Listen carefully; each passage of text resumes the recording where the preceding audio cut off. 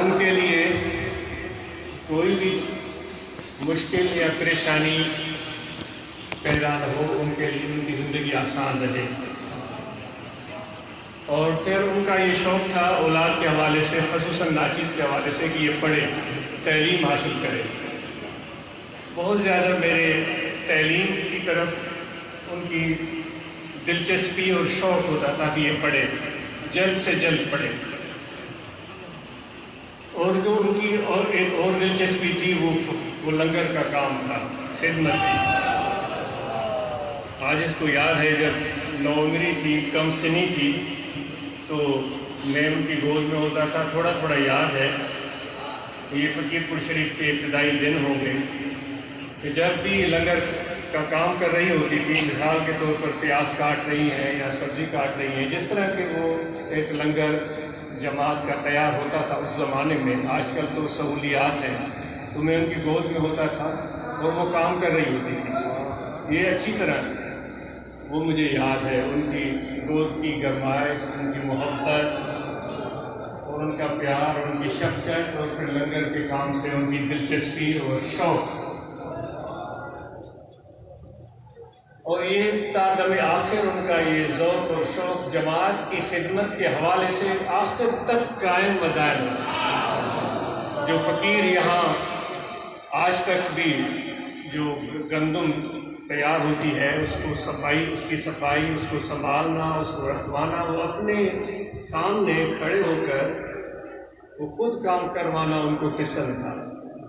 ایک ایک چیز کا خیال رکھنا کہ کتنی گندم کی صفائی ہوئی، کتنا آٹا پیسا گیا یا باہر سے لایا گیا پسوا کر، اور پھر سبزیاں جو لنگر کی تیار ہوتی تھی ان کو اپنے ہاتھوں سے کاٹنا۔ آخر میں جب وہ علیل تھی، پریشان رہتی تھی، مغموم اور ملول رہتی تھی، تو گھر والے ان کے لیے جو لنگر کی جو اپنی سالن پکتا ہے، آج کل پتہ نہیں کس طرح دوستوں نے نظام بنایا ہوا ہے، لیکن کچھ دن پہلے کی بات ہے، زیادہ عرصہ نہیں، یہ جب میں آیا تھا ابھی گزشتہ مرتبہ، تو جب ان کے سامنے وہ لنگر کا جو سالن تھا، وہ تیار ہونے سے پہلے سبزیاں لا کر رکھی گئیں، تو وہ کاٹ کر خوش ہو رہی تھی، میں لنگر کا کام کر رہی تھی۔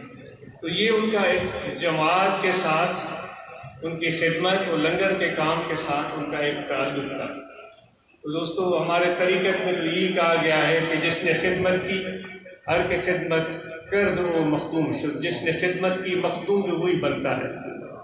ہم جیسے لوگ تو نام کے مخدوم بن جاتے ہیں، وہ چند لوگ ہمیں سائیں بنا دیتے ہیں اور محترم بنا دیتے ہیں، اور حقیقت یعنی بنیاد اس کی کچھ بھی نہیں ہوتی۔ وہ ایسا محل بناتے ہیں اپنی ہم عقیدت کے بنیاد پر جو ہوا میں ہوتا ہے، یا جس کو کہیں ریت کا ہوتا ہے۔ لیکن میں نے اپنی والدہ محترمہ کو خدمت کرتے ہوئے دیکھا، وہ کام کر کر بہت خوش ہوتی تھی، ان کو کام سے دلچسپی تھی، ان کو کام سے شوق تھا۔ اور حضور نبی پاک علیہ السلام نے بھی یہی تلقین فرمائی ہے کہ اپنی ماؤں کا خیال رکھیں، ان کا آپ پر حق ہے۔ قرآن مجید میں بھی اللہ تبارک و تعالیٰ نے ارشاد فرمایا ہے کہ میرے ساتھ کسی کو شریک مت ٹھہراؤ، اور اپنے والدین کے ساتھ احسان کا سلوک کرو، اور ان کو اف بھی نہ کہو، یعنی کوئی بھی ایسا جملہ جو ان کی طبیعت پر ناگوار گزرے۔ آپ اور ہم تو سلسلہ عالیہ نقشبندیہ کے نسبت رکھنے کی تمنا کرتے ہیں۔ ہمارے مشائخ کے حالات زندگی میں تو یہ واقعات بھرے پڑے۔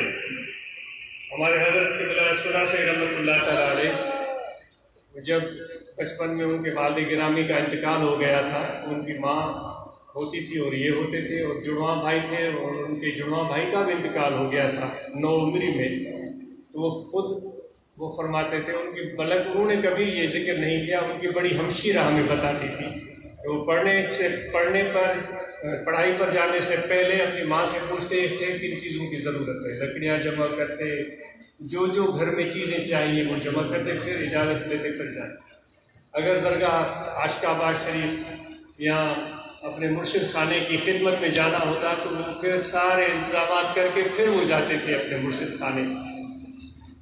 اور مرشد سے بھی اتنی محبت اتنی عقیدت کہ ان کو اپنے شادی کا بھی فکر نہیں تھا. ایک شادی ہوئی جو اپنے ننھیال میں ہوئی، وہ بالکل ہی نوعمری میں بچہ ان کے پیٹ میں تھا، ان کی طبیعت خراب ہوئی اور ان کی وفات ہوئی. پھر عرصہ گزر گیا، کوئی شادی نہیں ہوئی. پھر ایک شادی ہوئی، پھر ان کا بھی انتقال ہو گیا.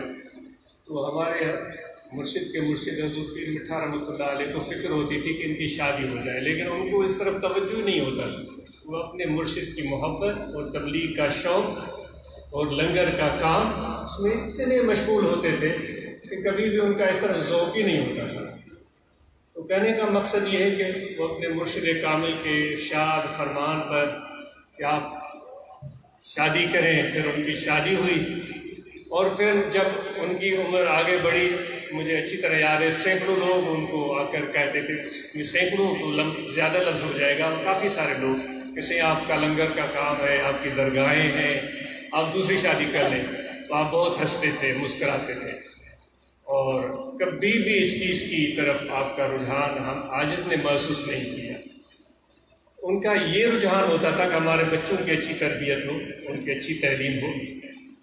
تو میرے بھائیوں، میری والدہ محترمہ کے اس وفات کے دن پر آپ کو یہ گزارش کی جاتی ہے کہ ہم اپنے گھر میں اپنے اہل و عیال کا خیال رکھیں، عورتوں کا خیال رکھیں، ان کے ساتھ نرمی، شفقت، محبت سے پیش آئیں. اور یہ بھی گزارش کی جائے گی کہ آپ اور ہم اپنے معاش کو مضبوط بنائیں، اپنے کاروبار اور تجارت اور زراعت میں خوب محنت کریں اور آگے بڑھیں. جب آپ اپنے پاؤں پر کھڑے ہوں گے، آپ کو یاد ہے میرے آقا و مولا حضرت صلی اللہ علیہ وآلہ وسلم نے جب ہجرت فرما کر مدینہ طیبہ تشریف لائے تھے تو وہ اپنے صحابہ کو تلقین کی تھی، جاؤ مدینہ کے بازاروں میں جا کر کام کرو. آپ کتابوں کو کھول کر دیکھیں، ہمیں تو وہ چند گنے چنے واقعات جو ہم ادھر ادھر سے سنتے ہیں وہ یاد ہوتے ہیں. عملی زندگی کا جو درس تھا آپ کا، وہ ہمیں جس طرح آپ کرتے تھے، اپنے دوستوں کے ساتھ گئے ہوئے کام تقسیم کر دیا. میرے آقا و مولا حضرت صلی اللہ علیہ وآلہ وسلم نے اپنے لیے لکڑیاں چننے کا کام رکھا اور چلے گئے لکڑیاں جمع کرتے ہوئے، گٹھڑی اٹھا کر لے آئے. یہ ان چیزوں میں ہمیں دلچسپی نہیں ہوتی. ہم جو ہے بغیر کسی محنت کے صرف باتوں کے غازی بننے کی کوشش میں ہوتے ہیں. یہ ہمارا المیہ ہے، کام کرنے کے لیے ہم تیار نہیں ہیں. تو کہنے کا مقصد یہ ہے کہ حضور علیہ السلام نے اپنے صحابہ کو بازار کا راستہ دکھایا کہ جاؤ تجارت کرو، اور خود آپ صلی اللہ علیہ وآلہ وسلم نے تجارت کی تھی، اور زراعت بھی آپ کے ہاتھ میں ہے. پاکستان ایک زرعی ملک ہے. تو میرے والدہ محترمہ کے اس وفات کے دن پر آپ کو یہ گزارش کی جاتی ہے کہ اگر آپ چاہتے ہیں کہ جس طرح میری والدہ نے خدمت کرتے ہوئے اپنی زندگی گزاری، کبھی بھی اپنے ذات کے لیے کوئی چیز لینے کی ان کو اتنی دلچسپی نہیں ہوتی تھی، یعنی ایک عملی عورت تھی. تو آپ سے بھی گزارش ہے کہ آپ بھی اپنی عملی زندگی میں کام کریں، تجارت میں، زراعت میں، ملازمتیں میں کام کریں. میری والدہ محترمہ کی زندگی کی حقیقت کو سامنے رکھتے ہوئے میں آپ کو عرض کر رہا ہوں. پورے خاندان کے کپڑے وہ خود دھوتی تھی، یعنی کہ بیٹے، بیٹیاں اور پھر ان کی اولادیں. آپ یہ ایسی زندہ مثال ہے، وہ خود ان کے کپڑے دھلواتی تھی اور وہ کھڑی رہتی تھی کام کرنا. تو آج کے دن اگر میری والدہ محترمہ کی زندگی کو آپ کے سامنے بیان کیا جائے تو یقیناً یہی بنتا ہے کہ کام. جب پیرانہ سالی ہو گئی، آپ کو عوارضات لاحق ہو گئے تو پریشان ہو گئی اس وجہ سے کہ وہ عملی طور پر، جسمانی طور پر کام نہیں کر پا رہے. مجھے جب بھی روزانہ بات ہوتی تھی، الحمدللہ یہ میری والدہ کی دعا ہے کہ کوئی ایسا دن شاید ہوگا کہ ان سے گفتگو نہ ہوتی ہو، تو مجھے یہ کہتی تھی، روزانہ بات ہوتی تھی اور روزانہ یہ کہتی تھی کہ میں کب کام کرنے جاؤں گی، میں کب کام کروں گی. تو ہم تو یہ کہتے ہیں کہ بھائی تسبیح پکڑو، بڑی عمر ہو گئی ہے تو بیٹھو مسجد میں اور بس پھر وہاں مسجد میں بیٹھے رہو. نہیں، بڑی عمر کے لوگ بھی ہیں تو آپ نے بھی محنت کری، نوجوانوں نے تو خوب محنت کری۔ تو آج اگر ہم کوئی مثال یہاں سے لے کر جانا چاہتے ہیں، میری والدہ محترمہ کی اس چھوٹی سی ایک پیاری سی زندگی کا ایک مثال لے کر جانا چاہتے ہیں، تو جسمانی طور پر متحرک ہو جائیں، اپنے اللہ کا ذکر کریں۔ تو قرآن مجید میں اللہ تعالیٰ فرماتا ہے نا، میرے ذاکر وہ بندے ہیں لا ان کو اللہ تعالیٰ ان کو دنیاوی کام کاج میرے ذکر سے غافل نہیں بناتا۔ یعنی کہ خدا کو یہ وصف پیاری لگتی ہے، وہ کام کر رہے ہوتے ہیں، وہ کاروبار کر رہے ہوتے ہیں۔ رجال اللہ تلیہم تجارت ولا بیع عن ذکر اللہ، تجارت کا لفظ کہا گیا ہے اس میں، یعنی کہ خدا کو یہ کام اس ذکر کے ساتھ ملا کر بیان فرمانا یہ ضروری لگا ہمارے لیے کہ تجارت اور ذکر کو ملا کر خدا نے ذکر کی، کاروبار کرتے ہیں، تجارت کرتے ہو، میرے ذکر سے غافل نہیں ہوتے۔ تو فقیروں، آپ نے اس آیت کو ذہن میں رکھنا ہے۔ آج کے دن ہم نئے عزم اور نئے جذبے سے اٹھیں اور اپنے کام کو، اپنی محنت کو جاری رکھیں اور اپنی اولاد کو تعلیم کی طرف متوجہ کریں اور ان کو ضرور تعلیم دلوائیں۔ یہ میری ماں کی زندگی کی ایک بہترین مثال ہے۔ 69 میں میری بلا عاجز کی جو پیدائش ہے، 63 میں، یا ہو سکتا ہے مجھے سال میں بھول رہا ہوں، مجھے بھیج دیا پڑھنے کے لیے۔ ایک ہی بیٹا تھا، حالانکہ وہ آپ کو پتہ ہے ہمارے معاشرے میں تو بیٹیوں سے زیادہ بڑھ کر بیٹوں سے پیار کیا جاتا ہے، حالانکہ ایسا ہونا نہیں چاہیے۔ جس طرح بیٹے پیارے ہیں اسی طرح بیٹیاں پیاری ہیں۔ اب میری عمر اتنی چھوٹی تھی کہ عبدالخالق شاہ صاحب حضرت صاحب کی خدمت میں ہوتے تھے، آپ کے جو آپ کے سسرال تھے ان کی قریبی رشتہ داروں میں سے تھے۔ تو اتنا مجھے یاد ہے کہ وہ استاد کے پاس پڑھنے کے لیے لے جاتے تھے تو مجھے وہ اپنے بازو میں اٹھا کر یوں اٹھا کے لے جاتے تھے، اتنی عمر تھی۔ وہ یوں جا کر استاد کے سامنے بٹھاتے تھے اور کہتے تھے کہ یہ قاری بنے گا۔ مجھے یعنی تو والدہ صاحبہ نے اس چیز کو برداشت کیا کہ چاہے، تو کہنے کا مقصد یہ ہے کہ آپ اپنی والدہ کی زندگی کو جب عاجز یاد کرتا ہے تو عملی زندگی، محنت، تجارت کی صورت میں، زراعت کی صورت میں یا ملازمت کی صورت میں اللہ کا ذکر اور اپنے بچوں کی تعلیم کی طرف توجہ۔ انشاءاللہ ہم سب مل جل کر اس میسج کو سمجھیں گے اور آگے بڑھیں گے اور یہ کام کر کے دکھائیں گے۔ ایسا بہترین معاشرہ، اتنا بہترین ایک گروپ تیار ہو جائے جو صرف زبان کا، گفتگو کا، کلام کا غازی نہ ہو، وہ کردار کا غازی ہو۔ ان کی زندگی کو دیکھ کر وہ لوگ کہیں سبحان اللہ، یہ آقا و مولانا صلی اللہ علیہ وسلم کا خادم ہے۔ فقیروں، جو ہدایت اور رہنمائی ہمیں مرشد سے ملتی ہے اسی کو ہم تھام لیں، اسی کو ہم تھام لیں، اسی کو ہم دل میں جگہ دیں۔ یکراگیر محبوب گیر، ایک کو تھامو، مضبوطی سے تھامو، ورنہ تو سینکڑوں باتیں، سینکڑوں لوگ، اور پھر کبھی دائیں بھاگیں گے، کبھی بائیں، کبھی شمال، کبھی جنوب، کبھی مشرق، کبھی مغرب۔ تو انشاءاللہ ہم سب فقیر مل جل کر اس مشن کو، اس پیغام کو آگے بڑھائیں گے۔ اور آپ سب کے آنے کا بہت شکریہ۔ اس غم کی گھڑی میں آپ آئے، اللہ تعالیٰ آپ کا آنا قبول فرمائے۔ اللہ تبارک و تعالیٰ ایک ایک قدم کے عوض دنیا اور آخرت کی بھلائیاں آپ کو عطا فرمائے۔ اللہ تعالیٰ آپ کی مشکلاتیں آسان فرمائے۔ اللہ تعالیٰ آپ سب کو تندرستی اور صحت سے نوازے۔ اللہ تعالیٰ آپ کے بچوں پر، آپ کے گھروں پر اپنی رحمت عطا فرمائے۔ اللہ تعالیٰ آپ کو باہمی محبت اور پیار عطا فرمائے۔ اور جب آپ جائیں واپس تو آپ یقیناً اپنے ذکر کو، دل کے ذکر کو، یہ جو دل ہے اللہ اللہ اللہ اللہ، ایک لمحہ بھی یہ دل ہمارا اللہ کی یاد سے غافل نہ ہو۔